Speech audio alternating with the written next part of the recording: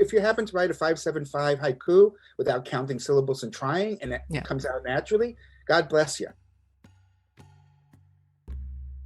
Couldn't have said it better myself, Stanford. That was Stanford M Forrester from Bottle Rockets. You'll hear more from him in a minute or two. And I'm Patricia, host of this, the Haiku PE podcast. Welcome to episode 5 of the 5th series. Now I have a full podcast for you today, all about Kerouac, whose centenary we're celebrating this month. I was very honoured that Stanford was able to come along and do a workshop for us so that we can try and emulate the poetry of the late, great Jack Kerouac. I hope you enjoy it. Sadly, I had to cut out a great deal of the chat I had with Stanford, and it made me wonder, would you like to be at one of these workshops that I record on Zoom? I'm interested in your feedback. I'd have to charge a little bit for it, but what do you think? Would you be interested?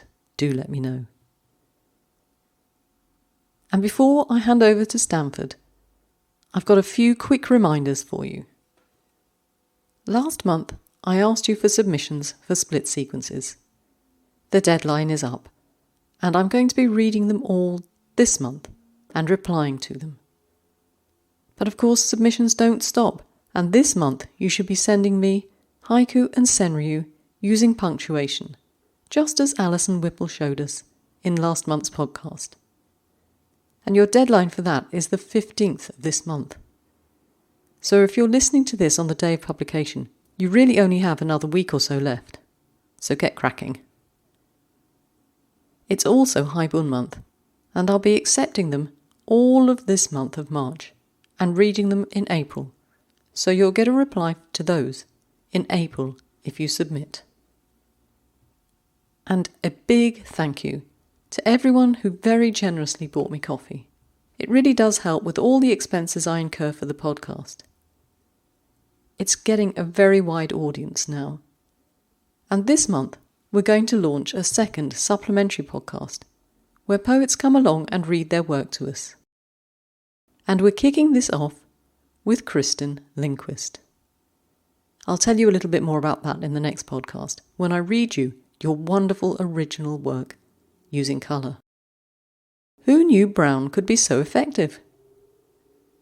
So without further ado, shall we hear from Stanford? Welcome back to the podcast, Stanford. Before I forget, you probably all know that Stanford herded a merry bunch of poets together last year and created a cat anthology, Window Seats, a contemporary anthology of cat haiku and senryu, available on Stanford's website, Bottle Rockets Press. Details in the show notes. And I'm going to be doing, as you know, we'll talk about later, a bird anthology, which will be a second in the series. And the cat anthology kind of acts as a model or a sample for the future anthologies. It gives you the feel for what I'm looking for and the different approaches. Well, let's mention it now before we forget. It's a bird anthology. You're looking for submissions. Where can people find the details if they didn't get my mailing? Right now it's on my Twitter account, which is Haiku with a Bang. It's going to be very competitive like the other one. Yeah. In other words, so if I have one poem about, let's say, a bird, I don't know, with wet feet jumping on a veranda, like I think it was Ashiki's poem, and I get 100 of those, I'm only going to pick the best one of the 100. I don't need 99 other versions. So that's the problem. Is so I ask people to really think and go deep into think of things that have not been covered about birds. And I'm not looking for ornithology. Mm-hmm. So it's more on a more wide-reaching level where you don't have to know anything about birds, but the bird aspect, like the cat aspect, acted as a literary vehicle to discuss different things in our human condition. Yeah. And I know you have very specific criteria, and I would urge people to read them because you just make it really easy to reject things if you haven't followed the guidelines. When people really read them, it's very basic. It's guidelines that have been around for 20, 30 years that I've taken from other standard journals. It's right-hand corner, name, typed, nothing on toilet paper or crayons. I just ask people to be as professional as they would like to be treated. that just saves me a lot of time, so I could focus on the poetry instead of cleaning up people's submissions. I'm looking for exceptional poems. Good. Yeah, I hope it to be around for a while, this anthology too. Yeah. Well, I'm working on mine. And There really isn't a lot of pressure. Basically, it's just filling, just going basic standard with that, with the guidelines. That's, Well, we're here to celebrate Kerouac today. And I'm so pleased you could do it, not just because you're one of the world's foremost experts on Kerouac and his haiku, or should I say haikus, but you also understand the Zen of his work, which I have a problem with, because if anything, I am the absolute opposite of Zen. And Stanford, I was reading a book of poetry today by Wendy Cope, and it's called Anecdotal Evidence. And I came across a poem which is called At 70. And I'd like to read you a bit, because it sort of sums me up and gives you an idea of the problem you've got in teaching me about Kerouac and Zen. This is a verse from At 70. It might be better for my health if I were less dogmatical and didn't freak out when a news report is ungrammatical, or when a word is mispronounced. If someone says mischievous, I want to shake them and explain it doesn't rhyme with devious. I don't know if you know Gilbert and Sullivan, but it's meant to be said at the sort of the rhythm of Gilbert and Sullivan's Major General from Pirates of Penzance. And I definitely didn't do it justice, so I'll put a link in the show notes so people can do it themselves. But I thought, not only does it give you an idea of the problem you've got with me, but it speaks of rhythm and musicality in poetry. And I think some of that is what you're going to tell us about today. Yes, and the interesting thing is that many American fans, readers of Jack Kerouac really don't know, really don't appreciate. I mean, I think a lot of them just don't know that he was writing a lot of poetry. He was always writing a lot of poetry, and his poetry is excellent. It still holds up. There's parts of his other, I've read everything, he's pretty much written that's been published. And some of the novels just have some issues nowadays that, wouldn't be PC or whatever. But you have to remember too, he was writing to be edgy at that time. He was very edgy in the, that we're talking in the 50s or the 40s. He was writing on the, on the road. And then the Hype Dharma Bums was 58, I believe, or 57. So, he had that aspect to him, that, edge. But it was interesting because the most important thing with Kerouac, with the Dharma Bums, which really was the impetus to spread haiku in the United States. And that book just took off.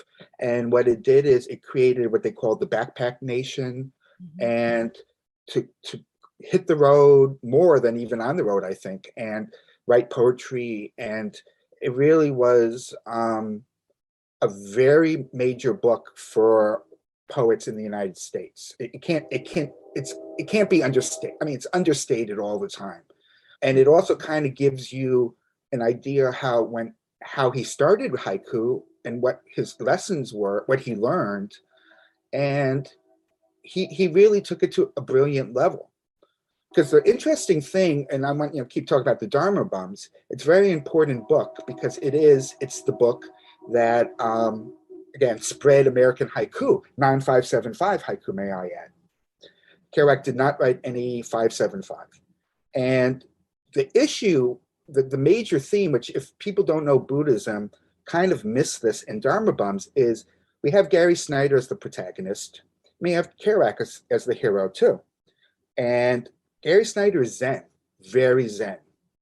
And he is very chop, chop, chop. Because Zen, if you've ever gone to a Zen retreat, the sitting meditation Zazen, a lot of it is very structured. It's extremely, extremely structured. So you have Gary Snyder throughout the whole book telling Kerouac how to follow Zen and the structure. And that was not Kerouac's MO. His MO was more loosey-goosey, freewheeling guy. And he described his own Buddhism, Kerouac, as being neutral. So he wasn't at that time when Dharma Bums, he wrote Dharma Bums, he says, when I was a Dharma Bum, he already had passed Buddhism by, that stage had passed by the time the book came out. But the thing is that it's interesting what you talk about Zen, because Snyder's very Zen throughout the whole thing, consistently. And Snyder left the United States to go to Japan. So Snyder lived the Zen life. Kerouac didn't. And in Dharma Bomb is the beginning part where Snyder makes it up the mountain and Kerouac doesn't. Kerouac creates a human hero that doesn't always succeed, that fails.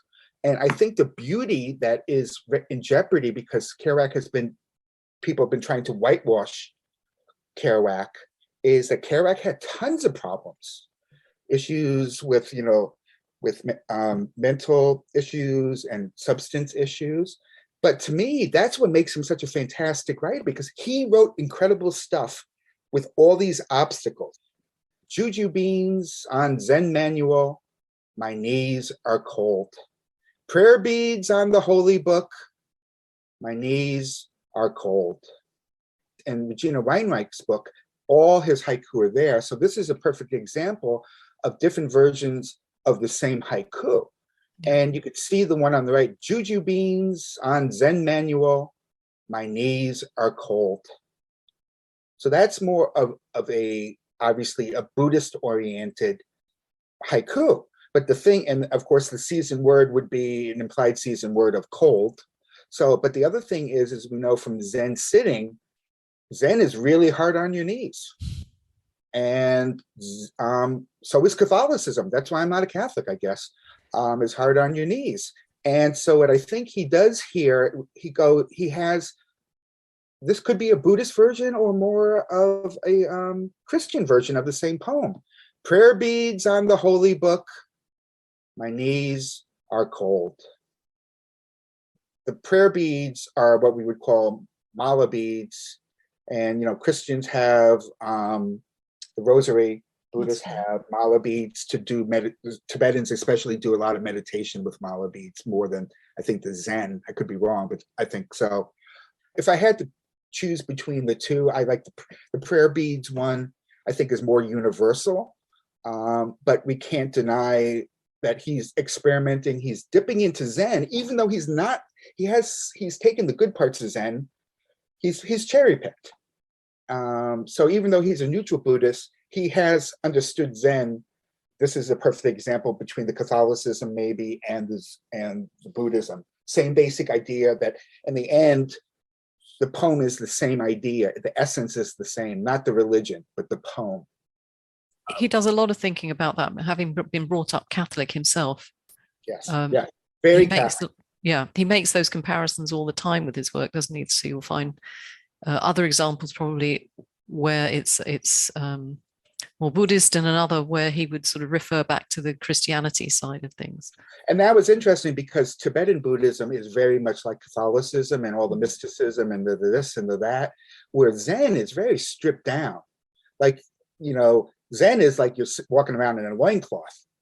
The Tibetan Buddhism is much more ritualistic. I mean, Zen has its rituals too, but more ritualistic and stuff. So he could go up in between both, but the essence of the poem, no matter what religion it is the same. And the knees are cold. This is like the trying to become enlightened. And that's the challenge, the spiritual challenges. And he never writes that he's, as far as I know, he never writes that he's enlightened. Yeah. And I wondered also if there are other examples that you're going to talk about as well, whether he's slightly mocking himself too in his struggle and his potential failing. To me, as a person who knows very little, so you can put me back in my box, but it strikes me that he's doing his best, he's praying, he's meditating, but his knees are cold and that distracts him, and he's sort of mocking himself for that distraction too. I tell you, the one thing that Zen Buddhism does, I don't care who you are, it takes a toll on your kneecaps. That is part of it, because you're supposed to control in Zen. You're supposed to, be rational about it. You're supposed to see the suffering or the pain and let it go. So it's basically almost like the idea of the crucifixion. Mm-hmm. Crucifixion, if he didn't suffer, would it have not been worth it? Yeah. That's the beauty of these poems, is they could be read both way. And there's a new Kerouac museum about to open up, which is very interesting in Lowell. And they're making it in using an old church, Catholic church. This was just announced in Lowell. That was Kerouac's church. I think if you're putting a poet in a church, which was once a church, we're leaning towards the Catholicism aspect. So Gary Snyder said to him when he first met Kerouac, he goes, when you die, you'll be given the last rites. You won't die as a Buddhist. You'll die as a Christian. Hot coffee and a cigarette. Why Zazen? This is one of my favorite Kerouac haikus. Well, it's not a haiku because there's no, as far as I know, coffee's not a season word. I could be wrong. Tell me if I'm wrong. Cigarettes are not a season word, as far as I know, nor is Zazen. But this is the perfect example of the beat. Okay, so remember, we're taking post-World War II, and the beats were known for, which was wonderful, is they were taking other people's cultures and admiring them and trying to take American poetry, or the poetry what they had, international poetry, and take it to another place. And this is the perfect example of Kerouac's basically juxtaposing with Snyder. Snyder was like, chop, chop, chop, Zen, you have to sit Zazen. Some Zen practitioners sit for days straight.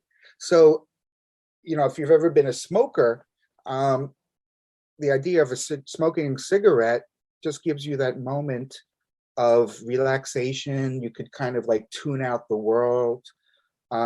So this is kind of, to me, almost like the beat idea of Zazen. He says, why Zazen? This is like the beat idea of meditation. All you need is a cup of coffee and a cigarette.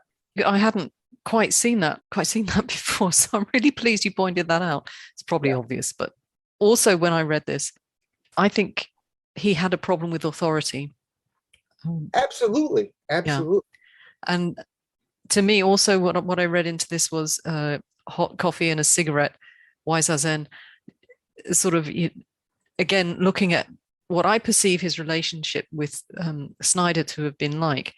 Yes. Through the writing, a sort of a butting of heads between the two of them. Well, again, it's the idea of mandatory ritual to please God or the church or whatever, compared to a freewheeling manner of connecting with God or a spiritual thought.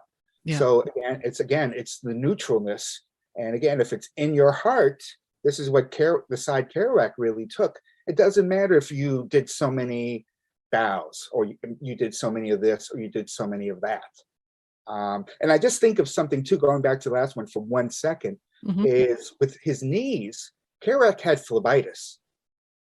And he had very bad leg problems. And you always hear about Kerouac standing on his head.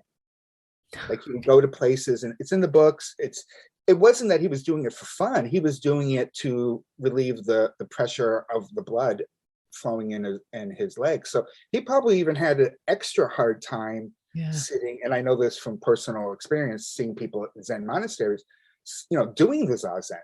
He might not have been able to, sustain it, but it's from the heart. That's what he's pushing. It's not the ritual. It's from the heart. It's what you feel. The sound of silence is all the instruction you'll get. This one is a very, very Zen style haiku. And what's very, again, is it a haiku? Is it centenary? I don't really care as long as it's good. That's my own personal feeling. I point out things, but the interesting thing about this is one must know that Kerouac loved slapstick. He absolutely loved slapstick. He has a very long poem recorded about the Three Stooges. And I think what he was able to do was connect the Zen literature of old with the slapstick. And because Zen literature had a lot of slapstick in it. If you read Korean, Chinese, Japanese Zen literature, you hear the stories like the disciple would say, "Master, what is the meaning of life?" The master would say, "Look down at your feet." The disciple would look down at his feet, and the master would kick him down the stairs or down a mountain or something like that. And that was just so that Zen, what happens is the idea is to jolt you into enlightenment. I mean, that's one. Buddha said, I think there's 84,000 paths to enlightenment, but that is one, and this is one that the Zen people try to do. So Kerouac really plays the Buddhist ascetic, not aesthetic, but the Buddhist ascetic with the aesthetics, and the Zen aesthetic. You're on your own. The sound of silence is all, it's like, that's all you need. And that's very Zen, that's very haiku. And that's, this is all the instruction you'll get, and you have to figure it out. That is so standard Zen. And that's what haiku is about in general. We have a big fight in the United States sometimes, about haiku and Zen. And it's like, haiku is not Zen, Zen is not haiku. But it is impossible to deny, and I will go on the book saying this, that haiku definitely has Zen DNA, as Taoist DNA, Shinto DNA. It's what was around at the time. And I think that's really important because Kerouac really said haiku is seeing. It's not looking, it's seeing. And the seeing doesn't have to be always visual, because as we know with Kerouac, with his jazz, which we'll get into, seeing is also hearing, smelling, it's using all the senses. So I love this. And it has his humor to it too, which he's not a Zen practitioner, but he tried it. He lapses on to the Zen ideas, and he really knows how to really master it. He really does. Next one. Yep. Okay. This one, so Kerouac could write in many different styles, which is fantastic. It's like he's switching on and off. And this one is, in my medicine cabinet, the winter fly has died of old age. So we know it's winter. A quick rundown, medicine cabinet. What does a medicine cabinet have in front of it? A mirror. We know it's winter. He is going to the medicine cabinet. Why is he going to the medicine cabinet? Because there's something in there that he would like to take for whatever reason. And it's probably empty. And what does he see? He sees a foretelling. The winter fly has died of old age. So he's basically, the whole idea in Zen is seeing yourself as you are, the truth, no tinted glasses, as it is. And he's forced, before he opens that medicine cabinet, to look at himself in the mirror. So it's brilliant. And you have the sound and how he read it. In my medicine cabinet, the winter fly has died of old age. So it's interesting, again, that he's using caps here very much like Blythe, because that's where he learned haiku from, was the 4 volumes of Blythe. In the Dharma Bums, it's mentioned in Gary Snyder's house. Now, Blythe lived in Japan next to, he was friends with D.T. Suzuki, who was a very strict Zen guy, who lived in a monastery. And Blythe in Japan, if you go to see Blythe's grave in Japan, he's buried back to back to D.T. Suzuki. So Blythe, some people have issues with Blythe, and to me, Blythe is my god, because he was very Zen. And he was. But so those 4 volumes really is what kind of took to the literary community away from 575, because not a single poem. Now, to me, my argument about 575 is, if the tutor to the emperor son of Japan didn't do haiku in 575, I would prefer to side with the tutor of the emperor of Japan than the other way. I mean, he understood language, because Blythe was a Brit, and then he moved to Korea, and then he moved to Japan. There's a new book coming out in a few months about his letters and his life, which in English, which is finally, it's long overdue. So this is it's a very melodic. Kerouac uses tone, intonation, all these things that he took from jazz, from the beat vernacular, which in Japan and China, as I believe, that a lot of poetry, most poetry was meant to be recited. And we lose that in the United States. A big thing I do in all my workshops, and I do it to myself, and people probably think here's a homeless guy walking down the street talking to himself, is I read my stuff out loud all the time. All the time. I do workshops and make people read their stuff, because then you're hitting another sense. Yeah. You know, haiku should have hearing, smell, taste, touch, etc. Yeah, I mean, I think one of the things we want to look at today is yes, read your poems out loud. That's so important. I mean, that goes to the heart of a podcast, obviously, but also think about your listener or your reader, and how is that sound affecting them? Yes. What are they feeling? Yeah, because, you know, haiku is so difficult to read, to recite, because it's so short. Yeah. So you really need to capture the audience and mix it up in a way. Like I've read before, and I try not to have any monotony with the way I read. I mean, you want to put the audience into a zone, but you also don't want everything to meld. If you're changing the tone, and you see that, I mean, the beautiful thing about Kerouac's haiku is you could go online to YouTube and type in American Haikus Kerouac, and you could hear him read from that album.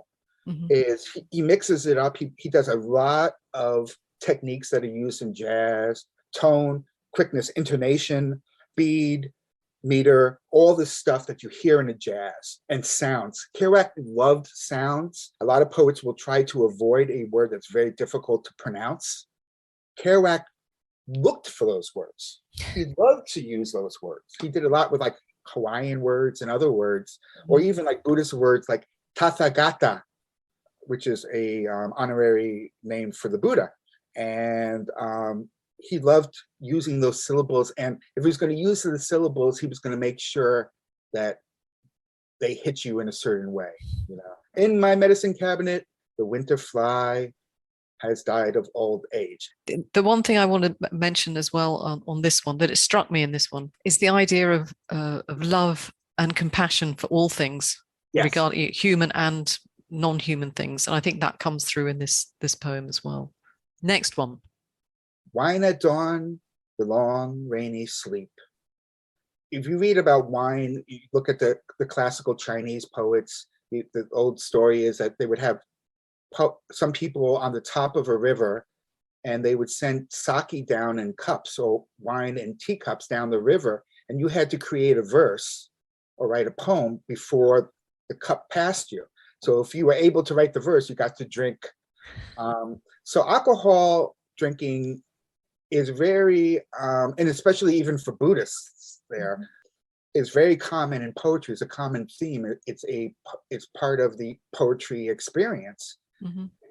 But this really kind of shows where he's hurting, you know, because like even in this Gallery 6 reading early on, and you could see it, Kerouac didn't read at the 6th gallery reading. He was going around asking people for money to buy wine, jugs of wine to pass around to people. Yes. Yeah. You know, so, and he does admit in many different ways he has a problem, and he hates himself for it, because he always looks. It's the same thing that Santoka did.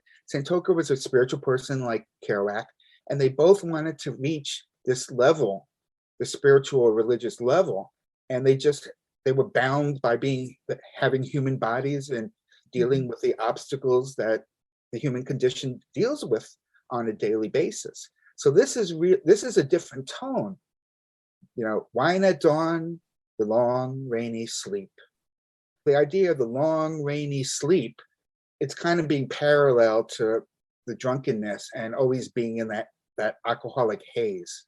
And it's a poem of longing. It's a poem of wishing you were trying to live by the ideals. Yeah. You know, and so this is, I think, a very personal poem, and it's not one you see that often. And that's why some of these poems you see all the time, and some of them you don't. And that's why the thing is, reading this book to prep for this podcast, the Book of Haikus, I'm telling you, if I had to take 5 books to a desert island, this is one of them. Kerouac, you could read him on his sleeves. You know, he showed himself on his sleeves. And this is a perfect example of that.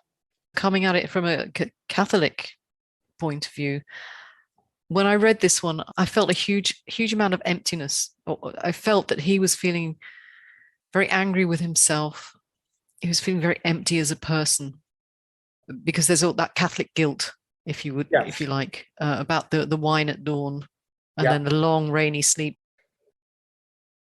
I found my cat, one silent star. I love this poem because it's for all of us. We don't need to hit people over the head with haiku. Sometimes it's something this short, this small, and haiku, that's all you need. Instead of all this wordiness, or it's like trying to hit somebody over the head. Sometimes you can make a better impression, like example with Santoka, with a few words. He had some haiku, 5 words, I mean, and this, I found my cat, one silent star. And you could just picture him going outside looking for his cat. His cat either got out, or was trying to bring his cat in. And of course, a lot of times cats are very quiet unless it's time for dinner.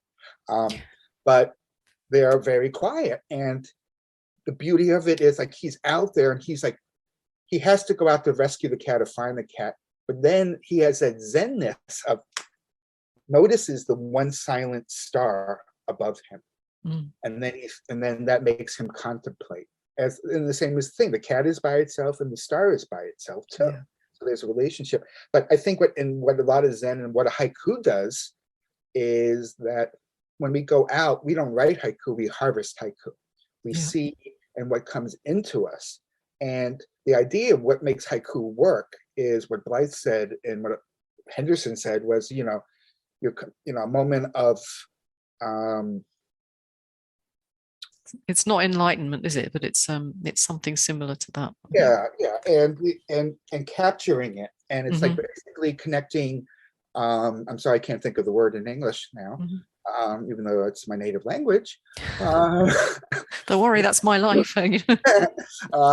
But it's like the idea is in Buddhism, it talks about being hit with a dart. The dart doesn't hurt you. The thinking of being hit with a dart is what affects you. Yeah. So the actual thing. So one thing leads to another, and it leads, something is ordinary, daily ordinary, could be something enlightening. And that's the beauty of this poem. It's just, and it doesn't need more. I found my cat, one silent star.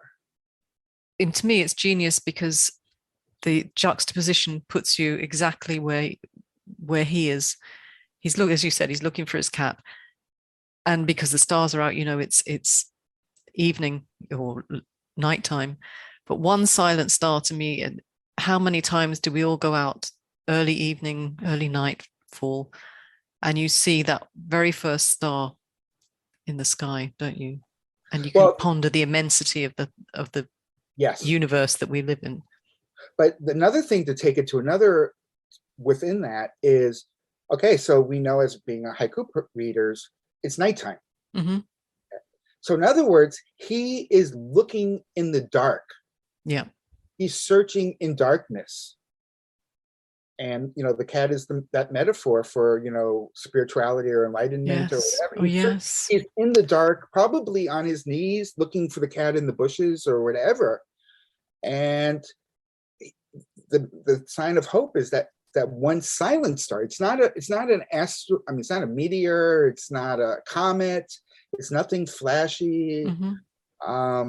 It's just one silent star. But that's in Zen. That's all, the aesthetic principle of Zen. That's all you need. You don't need more. Yeah. And that's and it's such a different style than In My Medicine Cabinet. He's looking for something in darkness. Yeah. And the cat does represent, in one sense, maybe that star too when the cat's inside. So that's one reason why he's put all his love and affection, which he really did, in his cats. B, why are you staring at me? I'm not a flower. Okay, so this one I love this one because this is total beat. Has the total jazz feel, has the total performance feel. But you see, the thing is, I think my own personal opinion, and people will be shooting arrows at me now, is you could perform a poem, but if the poem isn't good and could stand by itself, it doesn't stand up. Yep. This stands up both ways. But he would do, "Bee, why are you staring at me? I'm not a flower." And that's how he did it, you know? So he's giving it the attitude. He's also talking very much in the way that Isa would talk to a flea, because Isa was Pure Land Buddhism. And Pure Land Buddhism, there's less of a hierarchy of God, semi-God, demigod, humans, and then you go to the, I think, animal realm, the hungry ghost realm, and the hell realm. So Pure Land Buddhists look as everything like Taoists is the same way as like Adam and Eve. Adam and Eve didn't know they were human until they bit the apple. One of them ate the apple, and then they realized they were naked. Mm-hmm. So that's the same idea in Taoism, is that we were part of nature, like what Thoreau and Emerson would say. We're not separate from nature. And by Kerouac talking to the bee, he's not personifying the bee in that sense. He's considering the bee an equal being as him and the flower. He's not a flower. I mean, it goes both ways, but that's what I think the beauty is. It's very bee, and it's like, "Bee, why are you staring at me? I'm not a flower," you know? It shows the jazz, it shows all the different things that he could combine and make it work both ways. When you read it out loud, when you perform this poem, because it is a performance poem, it makes a huge difference to just reading it on the page, doesn't it? Yes, and that's the thing, especially with like this next one too, is hearing him compared to reading him is always interesting, because I expect when I was reading him, his intonations really come through, maybe because I had heard him before. That's not always true of other poets. Nightfall, boy smashing dandelions with a stick. This poem is probably one of my favorite poems of all time. And it's not one of his most, he reads it, so he really liked it too, because I forgot how many poems he read on that recording. He did the jazz session with Zoot Sims and Al Cohn, two saxophone players. And he weaves in and out of the two saxophones. But it's Nightfall, boy smashing dandelions with a stick. Now, this is something that a little boy would do. Oh, yeah. You do it all the time. Little girl too, maybe. Yeah. You see them at football games, soccer games, and a kid's like bored or like walking around the place, or like you're going home from dinner, from playing outside at night. And here's the beauty of this too: is season word dandelions. Yep. We deal with the moment is nightfall. It's getting dark, and the dandelion is yellow. Each flower, in a sense, is almost like a sun. And the nightfall is happening because he's hitting all the suns out. He's knocking all the suns off their stem, knocking the sun out of the sky, and with a stick as he's walking by. Mm-hmm. So putting the lights out. Yeah. Putting the lights out. So. No, I love this one. It's one I wish I'd written myself. Yeah, and the thing is, what Kerouac can do, which a lot of people cannot no longer do, and this is the Zen aspect that Kerouac did embrace, was Zen mind, beginner's mind. Mm-hmm. And Zen, you need a childlike mind. Yeah.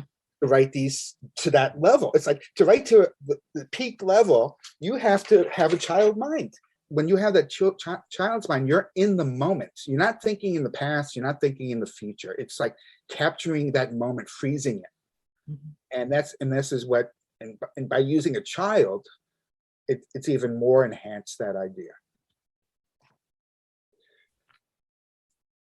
Now, this one too is very interesting because, like in the book, again, Regina Reinreich takes all of the different versions of the poems and shows it to us, and she makes this book work. It really works. So you have two here. This is another one that he read in that recording with Zoot Sims and Al Cohn, and I believe the one he read was the first one. Glowworm sleeping on this flower. Your light's on. Glowworms sleeping on this flower. Your light's on. And then you have another version. Glowworms brightly sleeping on my flowers. But I think the one he probably preferred, at least for performance, would have been the first one. Yeah. What does a glowworm represent? Enlightenment. Uh-huh. Glowworm sleeping on this flower. Your light's on. So it's a play. It's a joke too. It's like, hey, it's almost like your headlights are on in your car. But it's also an admiration too, because you have light, and the light is not hot. It's, spiritual light that doesn't have to be hot, and it's again that when he's talking about stuff like that, he is part of nature. He's trying to, like Isa, like, about the fleas jumping on his bed, It's like kind of like trying to help out the glowworm. Glowworm is sleeping, on this flower, your lights on. And on this flower, as remember when Buddha gave his first talk, the Deer Park talk, he held up a flower when someone asked him what the meaning of life was. And his answer was holding up a flower.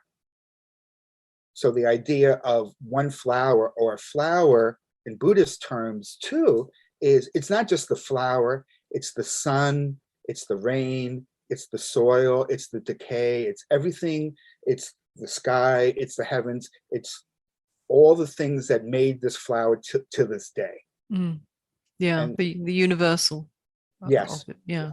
It's the seed, it's the water, it's not, and that's in Buddhism, everything is interconnected. So he's really kind of coming at these poems with that Buddhist and Taoist sensibilities. Yeah. Looking at this now, it's glowworms brightly sleeping on glowworms. One is a glowworm. Yeah. So it's more immediate. To me, it's like when you start generalizing, you start losing the essence of any poem. The more you zoom in, the more you feel the heart, the taste, again, that essence, the chi of that poem. The more you go out and generalize or using multiple things, a lot of times you do not. And the second one, the glowworms brightly sleeping on my flowers, not on this flower, this glowworm. Last one, I think, or last two, I think. Last two. Tuesday, one more drop of rain from my roof. It's this wabi-sabi, again, it's the living as an aesthetic, not aesthetic. It's like I had a poem that was something like, all day rain, they told me this cabin had a roof. All day rain, they told me this cabin had a roof. I think this next poem is in the top 5 best poems ever written in English. And it's funny because it's never been, as far as I've seen, when they have anthologies of haiku beats or haiku poetry with beats, this is not included in that. It's in the backcountry, which I love. So Snyder writes, after weeks of watching the roof leak, I fixed it tonight by moving a single board. Brilliant. So this is a theme that we see Kerouac sharing with Snyder. Tuesday, one more drop of rain from my roof. So it's like, maybe the roof is leaking, and it's interesting he said Tuesday compared to what other day. I'm not sure. One more drop of rain. Tuesday is the beginning of the week. It's not the beginning of the week, but it's earlier in the week. One more drop of rain. So maybe we wonder what's going on Wednesday, Thursday, Friday, and Saturday. Yeah. Or even what was wrong with fixing it over the weekend. But anyway, yes. Yeah. Well, the weekend he was probably having a party. This is true. I'm serious, and then he, everything is over and he's sitting home. And maybe that's another thing too. Maybe that's why the Tuesday is there. It's the idea of anticlimax. Yeah, good point. It's like after Christmas, the big lead up to Christmas or whatever holiday with all the presents, the this and that, and then the big downer of it's over and now I'm by myself. The company is gone. Now you mention it, it's got that that feeling of internal emptiness again. Yeah. From my roof, too. So it's like, which is his chi, his psyche, which himself, the roof is just kind of, a metaphor for himself in a sense. Yeah. But I'm with you on the Gary Snyder one. It's a cracking poem. Yeah. Do you want to read it one last time? Yeah, I've never heard this one. After weeks of watching the roof leak, I fixed it tonight by moving a single board. And that's a very traditional theme for both of these guys. Snyder lived in a little hut-like house, and he was doing Firewatch stuff too. That's how he got Kerouac involved. So, I mean, he had spent his time living in these little places, and that's what he wanted. He was very much an ascetic. That's the whole idea too with haiku. You think about the backpack movement was married with haiku. You don't need a lot to write haiku. I mean, you need a notebook and a pen. How do we write like Jack? So we were looking at the things we've looked at so far, I guess, he was a great one for traveling, whether in the United States or his merchant marine career, but he also traveled. He was a fluent French speaker, so I know he was in France. He's been to Morocco, also French speaking, I guess. His actually first writings were in French, because he grew up with a French Canadian family, and his first writings, he was originally plugged as Jean-Louis Kerouac in the United States, and then that didn't last too long, and then he switched to Jack Kerouac when I don't know if it was before his first book, Town and Country, or maybe it was even before that. But yeah, so he did speak French, and there was that funny, like right towards the end of his life, he did a TV show in Canada, and he's just going off in French. French was his first language. And I think maybe that, going back to something you said previously about him not being afraid to use foreign words in his poetry, comes from the fact that he's a native French speaker, brought up in an English speaking world. So, he's got that play on languages. He's not scared of languages. Yeah. And Lowell was it was a mill town. Mm-hmm. Okay. So it was like the typical Industrial Revolution, American version of Industrial Revolution, mill town. And there was a lot of ethnic groups there too. So also, as I say, his travels are not just physical travels, but traveling through different religions, traveling through different thoughts, different philosophies, which I think is almost might be an American invention. When I read Japanese poems, I can't think of any ideas where like traditional Japanese poets were exploring spirituality outside their realm, without their circles. And Americans, this whole thing of World War II and kind of seeing the desolation that was left by the war, and looking for new ideas, looking at society and saying, guess what? Society doesn't work. And you want me to follow in this path that doesn't work? That's crazy. And I think that's what the whole beat idea was about, to kind of explore. And so that's where religion, philosophy, and these guys, they knew their literature. Kerouac, again, he really he knew his Buddhism. He knew inside and out all the terms. And I really think that's because of Catholicism. He knew all the technical terms, and, he knew the Zen terms too. But I think his poetry leaned on the Zen side, but his practices leaned more on, more of a neutral Zen. Yeah, I I've highlighted the ideas that I came across, or that were highlighted for me in his sort of travels through religion. We've already talked about the sort of the comparison between his Catholicism and Buddhism, but what comes out of his poetry to me also, the sort of compassion and mercy and love, and this state of nothingness, this emptiness. You've also spoken about the way he works with natural phenomenon. That was clear in the poetry that came through.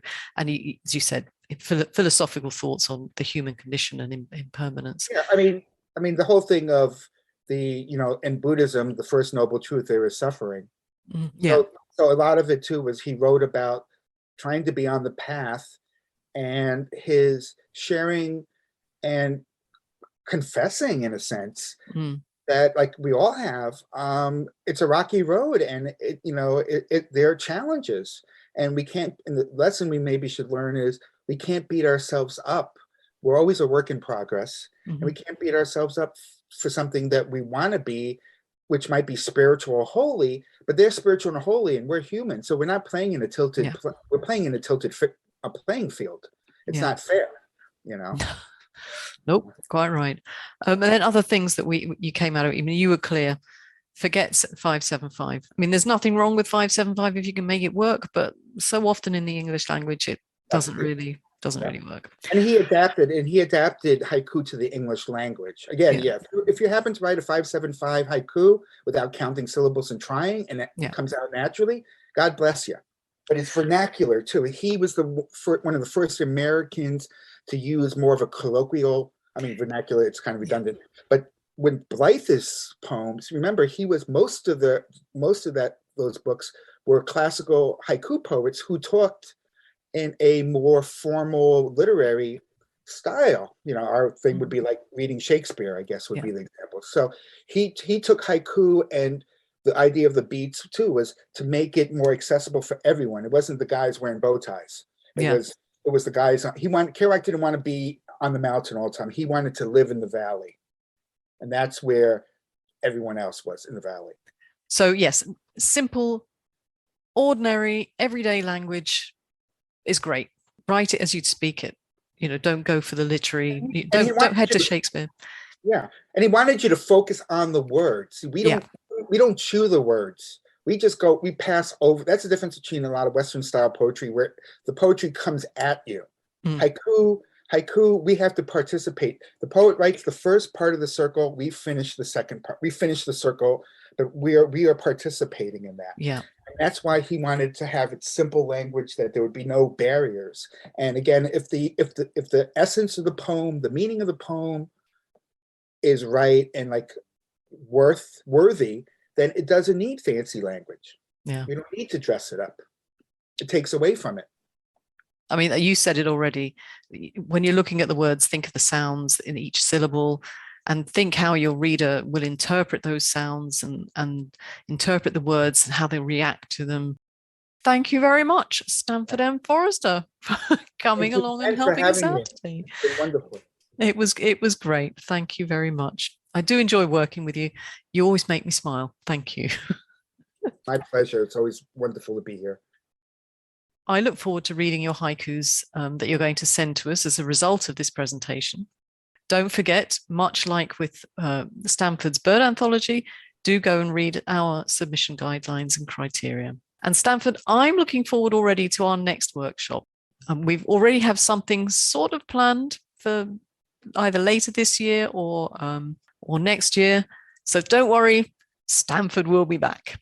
Thank you again. It's been absolutely a pleasure. Cheers. Thank you. I hope Stanford gave you a lot of things to think about and inspired you to go away and write like a beat poet. Submissions will be next month, so once you've sent me your punctuation haiku and your haibun, you can start thinking about that. Your best work, please, because there's lots of competition to be on the podcast and in the Poetry P journal. So, next time, please join me to listen to the original poetry that you composed using colours. You did me proud. There's lots of great work to discover. So until we see each other again, keep writing. There's lots of bits and bobs in the show notes this time, so do go along and have a look. And if there's anything missing, as always, email me and I'll put it right. Ciao!